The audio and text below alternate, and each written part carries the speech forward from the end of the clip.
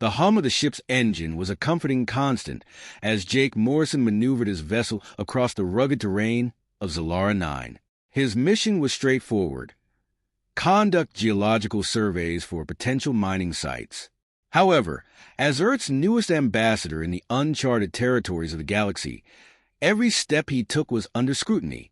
"Jake, the spectrometer is picking up some unusual readings to the north," came the voice of Dr. Elsie Tran, his mission scientist, through the comms. "Looks like we might have found a vein of Etherium." "Good eyes, Elsie. Let's check it out," Jake replied, steering the rover towards the coordinates provided. The landscape of Zalara 9 was breathtaking, a stark contrast of deep red soil and vibrant blue flora that seemed almost surreal. As they approached the site, Jake's excitement was palpable. "This could be it, Elsie. If it's Etherium, this could change everything for the colony expansions. I'm starting the drone survey. We'll have a full map in about 15 minutes, Elsie said, focusing intently on her monitors. Suddenly, a harsh siren blared, and bright lights flashed around them. Jake's heart raced as he scanned the horizon. "Elsie, do you see?" Before he could finish, several figures materialized out of thin air around them. They were tall, with shimmering scales that reflected the planet's twin suns, wearing armor that looked both ancient and highly advanced. "You are trespassing on sacred ground," one of the figures stated in a mechanically translated voice. "You will surrender and come with us." Jake raised his hand slowly, showing he meant no harm. "We didn't know this land was claimed. We're here on a scientific mission," he explained. "The Zytherians have protected this territory for eons. Your ignorance does not excuse your violation," the alien responded coldly. Within moments, Jake and Elsie were disarmed and escorted onto an alien vessel. The interior was stark, lined with metals and glowing panels. Their equipment was confiscated, and they were separated. Jake found himself in a holding cell, facing a Zytherian guard. "Look, we made a mistake. Can we communicate with our embassy? We have protocols for this kind of situation." "The council will decide your fate," the guard replied, his voice devoid of emotion. "Your trial will be held on Orbis. Prepare yourself." Jake sat back against the cool metal wall, his mind racing. This was not how he envisioned his mission going. He had heard stories of the Zytherians' strict enforcement of their laws and knew that getting out of this would not be simple. Hours later, the ship landed on Orbis. Jake was led into a massive structure, so large it seemed to house a city within its walls. The architecture was a blend of organic curves and sharp angles, a testament to Zytherian engineering. In a large, crowded hall, Jake was finally brought before the judge. The room fell silent as the judge, a distinguished Zytherian elder named Zelter, entered. His presence commanded attention, and his eyes, when they met Jake's, were piercing. "Jake Morrison of Earth," Zelter began, his voice echoing throughout the chamber. "You stand accused of desecrating sacred Zytherian land. How do you plead?" Jake took a deep breath. "Not guilty, Your Honor. We were unaware of the land's significance. We meant no disrespect."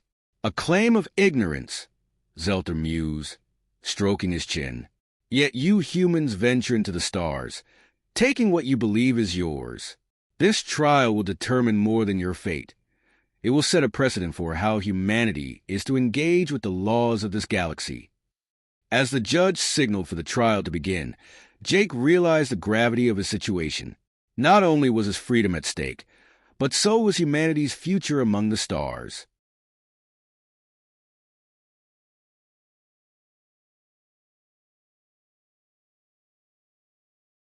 The courtroom on Orbis was unlike any Jake had seen on Earth.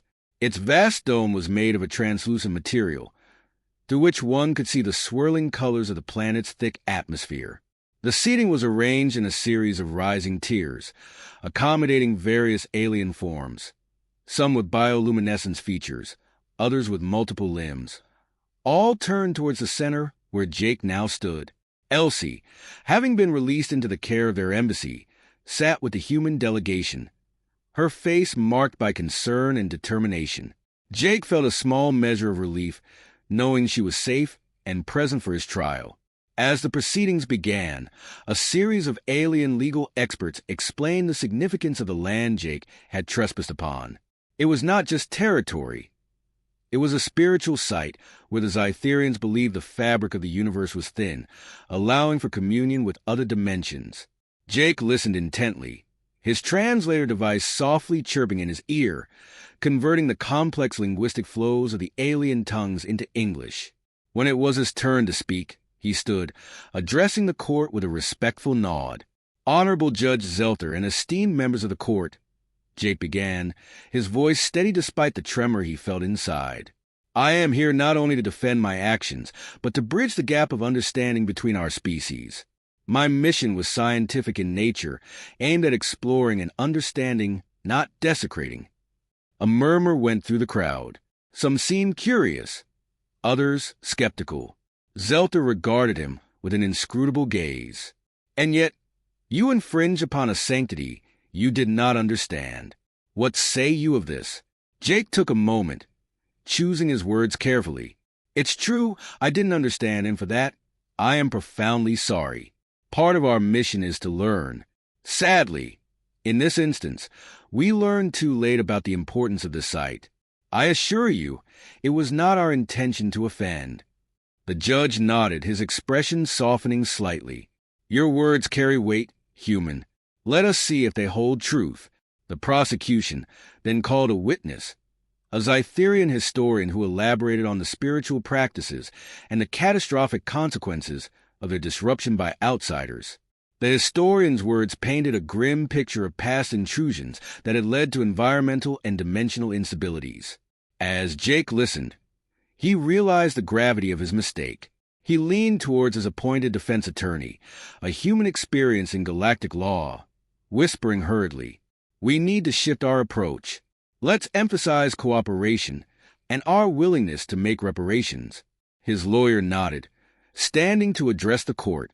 "We propose an initiative to educate all new explorers, human and otherwise, about the cultural and spiritual sites of all species within the Galactic Council. We seek not only to prevent future violations, but to foster respect and understanding among us all." This proposal sparked interest among the assembly, leading to whispered discussions and even a few nods of approval. It was a start, a way to turn his misstep into a constructive path forward.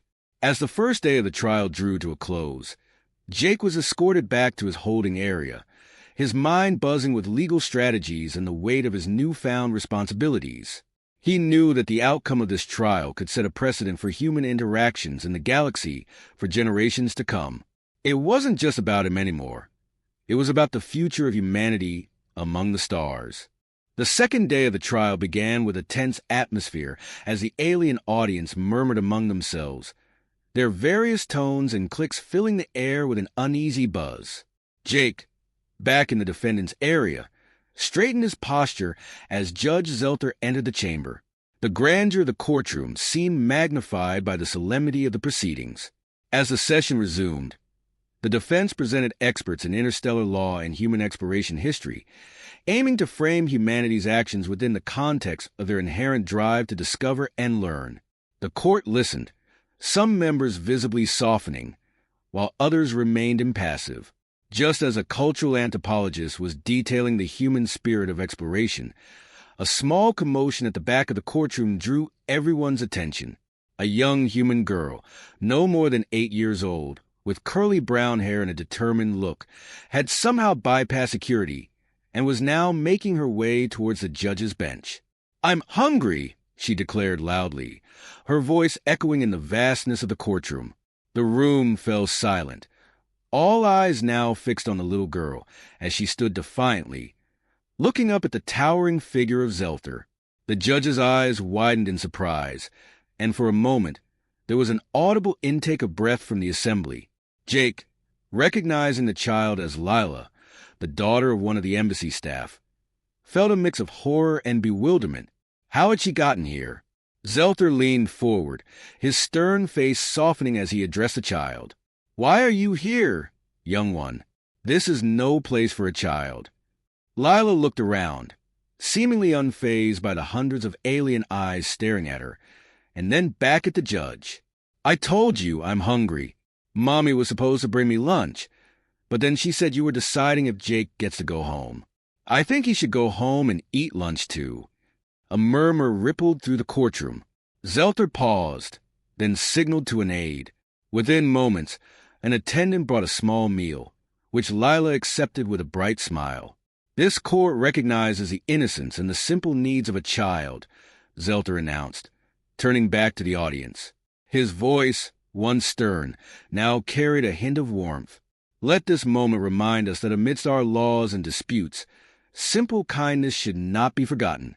Turning to Jake, the judge continued, "We are here to judge actions, yes, but let us not judge hastily the character and intent behind them. Continue with your testimony." The unexpected interruption had shifted the mood in the courtroom. Jake's lawyer capitalized on the softened atmosphere, weaving Lila's innocent disruption into his argument. As Lila has shown us, sometimes our actions are driven by simple needs and desires. Jake's mission was driven by a need to explore and understand, not to desecrate or claim. As the trial progressed, the defense laid out a detailed plan for educational programs and proposed the establishment of a cultural liaison office to prevent future misunderstandings. The mood in the courtroom seemed cautiously optimistic, with many of the delegates whispering among themselves, possibly reassessing their stance on the human defendant. By the time the court adjourned for the day, the air was charged with a new energy, a mix of anticipation and contemplation. Jake returned to his holding area, heartened by the turn of events, and hopeful that humanity's intent to peacefully integrate into the galactic community might finally be understood. As Jake re-entered the courtroom the next morning, he could feel the palpable shift in the atmosphere. The spontaneous act of kindness shown by Judge Zelter to Lila had softened many hearts, and the buzz of conversation among the alien audience seemed less hostile and more curious. There was a sense that something unprecedented might be unfolding in this monumental case. Zelter resumed his position with a notable change in demeanor. The stern, impenetrable facade had cracked slightly, showing a glimpse of empathy, a rare sight in Zytherian jurisprudence, known for its rigidity. "Let us continue," Zelter declared, his voice echoing throughout the chamber. "We have seen yesterday that there are dimensions to these proceedings that transcend mere legalities. We have seen humanity's youth, their simple needs, and their potential for innocence and straightforwardness." Jake's defense attorney, a seasoned advocate named Helen, took the floor with renewed vigor. "Your Honor, esteemed members of the court, if I may draw your attention to the proposals we have outlined." She expertly detailed the educational initiatives, emphasizing collaboration and respect for all galactic cultures, a framework designed not just to prevent future incidents, but to foster a deep, mutual understanding. As Helen spoke, the holographic displays around the room lit up with diagrams and flowcharts illustrating how these programs would be implemented, highlighting feedback mechanisms and cultural exchange opportunities. The court watched, some nodding slowly as they followed the arguments being laid out. When it was time for the prosecution to respond, their stance was noticeably less aggressive than before. While we acknowledge the defendant's trespass was not malicious in intent, it is the responsibility of every species to respect the sanctuaries established by others, the prosecutor stated, his tone more conciliatory than accusatory. However, we are not opposed to considering the proposed educational reforms, provided they are strictly adhered to.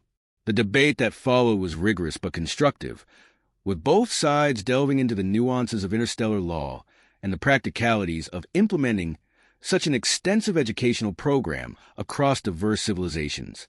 Jake listened, heart pounding, knowing that his fate, and perhaps that of future human explorers, hinged on the outcome of these discussions.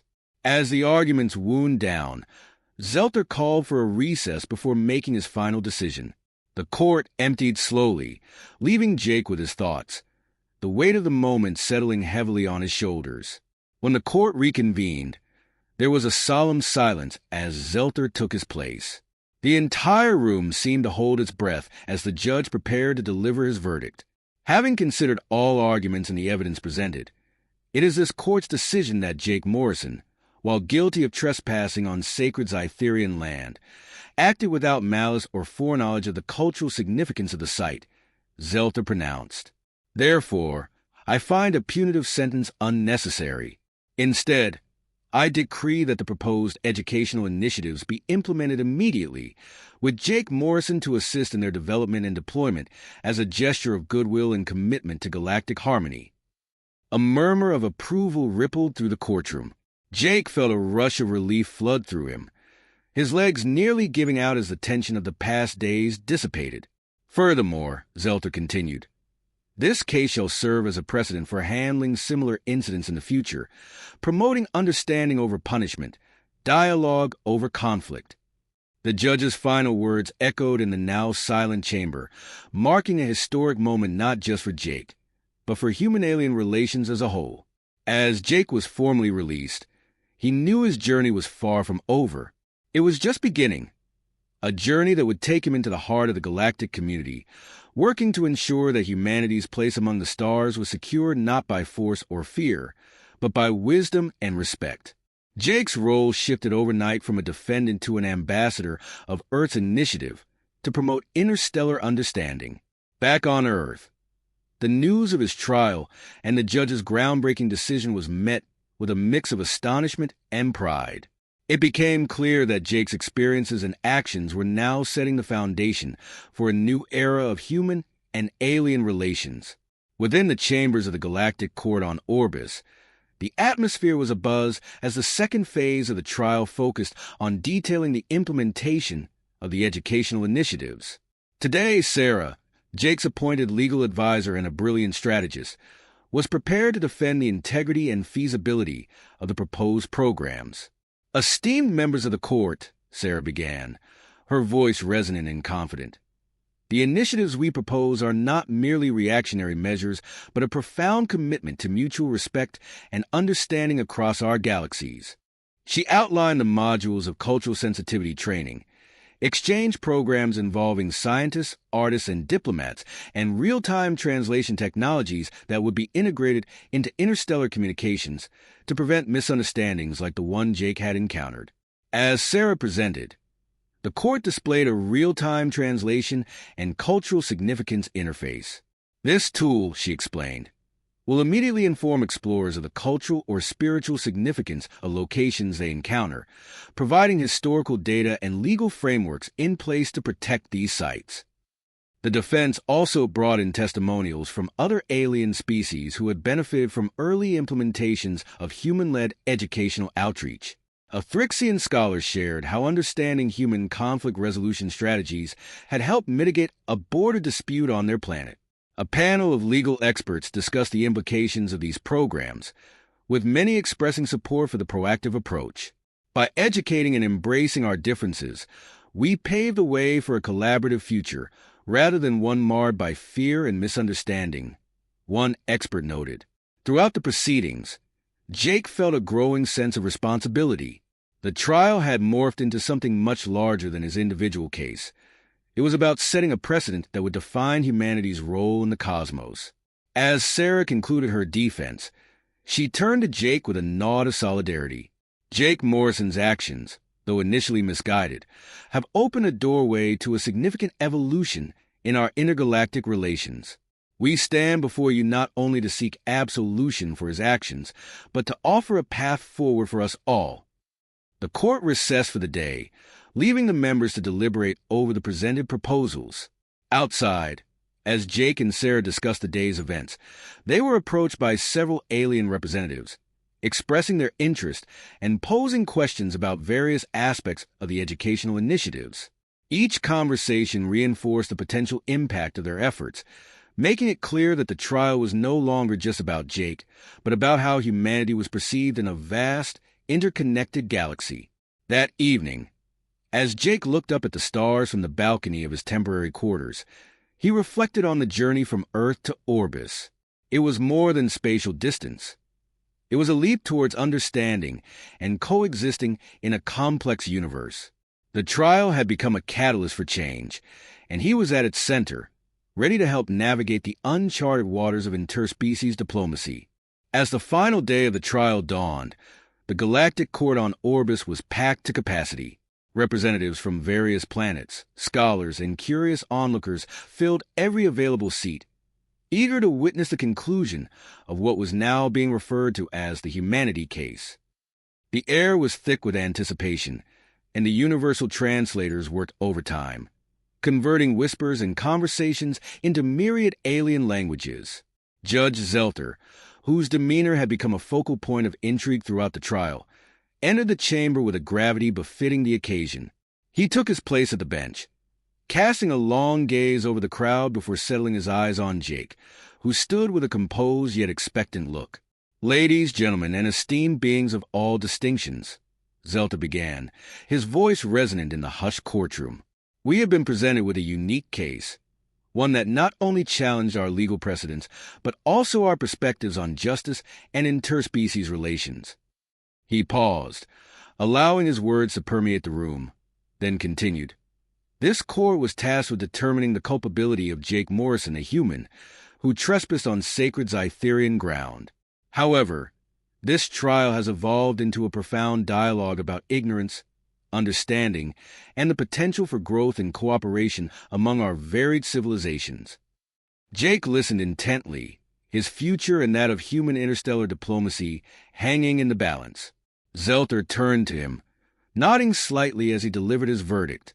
Given the evidence presented and the sincere efforts of the defense to not only rectify the immediate transgression, but to propose a sustainable path forward for interspecies education and cooperation, this court is prepared to render its judgment. The silence was palpable as Zelter took a deep breath. "Jake Morrison, you are hereby found guilty of the charges of trespassing. However, recognizing the transformative potential of your subsequent actions, this court sentences you to time served and orders your immediate release. Furthermore, the educational initiatives proposed will be adopted and implemented under the supervision of a joint council, comprising members of both human and Zytherian representatives, along with other interested parties." A murmur of approval swept through the courtroom. Jake let out a breath he hadn't realized he'd been holding, relief washing over him. The sentence was more than fair. It was a vindication of his and his team's efforts to turn a misstep into a milestone for human-alien relations. "The verdict we issue today," Zelter added, "is not merely about one human's mistake, but a testament to what can be achieved when different species choose education over retaliation, understanding over conflict." As the court adjourned, Jake was surrounded by his legal team and several diplomats from Earth, all expressing their congratulations and relief. Cameras flashed, capturing the moment that would soon be broadcast across galaxies, heralding a new era of cooperation and understanding. Outside the courthouse, Jake faced the media, a sea of devices and microphones pointed in his direction. "Today marks a new beginning," he said, addressing the gathered crowd. "We've been given a chance to pave the way for a future where humans and aliens learn from each other, respecting our differences and celebrating our common goals." As the crowd dispersed, Jake felt the weight of his new role as a liaison in the Joint Council. The work ahead would be challenging, requiring patience, dedication, and a deep commitment to fostering the bonds that had begun to form during the trial. With the setting of Orbis's twin suns casting a golden glow over the city, Jake looked towards the horizon. Ahead lay not just a journey back to Earth, but a journey into a future where humanity stood as a responsible, respected member of the interstellar community. In the weeks following the trial, the repercussions of Jake's case rippled across the galaxy, impacting human and alien communities alike. News of the verdict and the establishment of the Joint Educational Council made headlines on countless planets, fostering a mix of optimism and scrutiny among various species. Back on Earth, Jake took on his role with earnestness, becoming an integral figure in the newly established council. He collaborated with representatives from multiple alien races, each bringing their unique perspectives and experiences to the table. Together, they worked to craft comprehensive educational programs designed to foster mutual understanding and prevent future cultural missteps. One of Jake's first initiatives was a series of exchange programs that involved human and alien youths. These programs were designed to immerse participants in each other's cultures, languages, and social norms. If we start with the young, Jake often said, we build a foundation that can withstand the test of time and space. The programs quickly gained popularity, with families volunteering to host participants from other worlds. Stories of friendships and cultural exchanges began to populate social media, showcasing the daily lives of interstellar neighbors learning and growing together. Meanwhile, on other planets, the impact of Jake's trial continued to evolve the legal landscapes. Many civilizations began to reconsider their own policies on alien interactions, with several adopting variations of the educational initiatives proposed during the trial.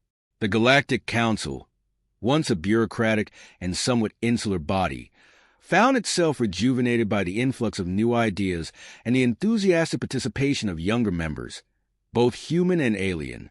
Debates were livelier, and the outcomes more progressive, reflecting a collective desire not just to coexist, but to thrive together. Jake, too, found personal growth in his role. He spent months traveling between Earth and various council headquarters, delivering talks, participating in cultural festivals, and engaging in diplomatic missions. Each trip enriched his understanding of the vast and varied galaxy they all shared, and his passion for his work became well known among both human and alien communities. On one notable occasion, a large interstellar conference was held on Orbis, the site of his trial. Jake was invited to speak about the progress and challenges of the educational initiatives. Standing once again in the Great Hall, now not as a defendant but as a respected advocate, Jake shared his vision. We have embarked on a journey not just of policy change, but of heart change. Jake addressed the gathered crowd. What we do today, the bridges we build, will light the way for generations to come. Our differences are vast, but our shared curiosity and capacity for kindness are what truly define us. His speech was met with resounding applause, and many who had once viewed humans with suspicion now nodded in agreement and respect. As the conference continued, the fruits of Jake's labor were evident. New partnerships were formed, research collaborations were established, and cultural understanding deepened. Humanity's standing in the galactic community was stronger than ever, marked not by conquest or colonization, but by cooperation and mutual respect. Back on Earth, as Jake watched the sunset tinged with hues of pink and orange, he reflected on the journey that had brought him here. From a misunderstood trespasser to a bridge builder, his story was a testament to the power of empathy and the endless possibilities that awaited humanity among the stars. The future was indeed vast, but for the first time, it felt wholly promising. After months of tireless work and interstellar diplomacy, Jake Morrison prepared for his return to Earth, his home planet, now with a profound sense of accomplishment and anticipation for the future. The Joint Council had taken solid shape under his guidance, and the educational initiatives were in full swing, showing tangible results in the form of increased understanding and cooperation among the galaxy's diverse inhabitants. As the spacecraft descended through the layers of Earth's atmosphere, Jake gazed out the window at the familiar blue of the oceans and the swirls of white clouds. The beauty of his home world never ceased to move him, and this time, it was with a deeper appreciation of just how precious and unique Terra was in the vast tapestry of the cosmos. Landing at the International Spaceport, Jake was greeted not just by government officials and the media, but by crowds of supporters and curious onlookers. His story had resonated with many back home, serving as a symbol of humanity's potential and new role within the interstellar community. As he stepped off the ramp, a young girl, holding a handmade sign that read, "Welcome back, Earth's Ambassador," caught his eye. Smiling, Jake walked over and knelt to speak with her. "Thank you," he said, touched by the gesture. "It's good to be home." The media frenzy was intense as reporters clamored for comments. "Jake, can you tell us what this means for Earth's future?" one journalist asked. "We've opened a door to a new chapter in human history," Jake responded, his voice carrying clearly over the buzz. "We're no longer just residents of Earth. We're active, contributing members of a broader community. The opportunities for growth, learning, and sharing are boundless. From the spaceport, Jake was escorted to a governmental building where he was to give a briefing. Leaders and representatives from various countries were present, all eager to hear firsthand about the initiatives and their implications for Earth. In the briefing, Jake shared detailed accounts of the educational exchanges, cultural insights gained, and proposed future projects that would further integrate human society into the galactic fold. He spoke of the challenges, but more so of the successes that had bridged gaps between vastly different beings. One of the most remarkable aspects of this journey has been the willingness of so many to open their minds and hearts, Jake told the assembly. We've seen friendships form that defy the odds, collaborations that push the boundaries of what we believed possible. The briefing concluded with a standing ovation. Jake's efforts had not only averted a potential diplomatic disaster, but had catapulted human society into a new era of galactic relevance and respect. Later that evening, at a welcome-back reception, Jake found himself surrounded by colleagues, friends, and family. Their pride and support were palpable, fueling his optimism for the future. His sister, Anna, pulled him aside. "You've changed, Jake. There's a wisdom about you now. What's next for you?" Jake smiled, looking around at the familiar faces in a world he had left behind months ago. "Next, we keep building bridges. There's so much more to learn, so many more stories to share, and I think I'm just getting started." As the party continued around him, Jake felt a profound connection to both his home and the vast universe beyond. He knew this was just the beginning of humanity's journey into the galactic community, and he was ready to lead the charge, ensuring that Earth's voice was not only heard, but that it echoed with respect and unity across the stars.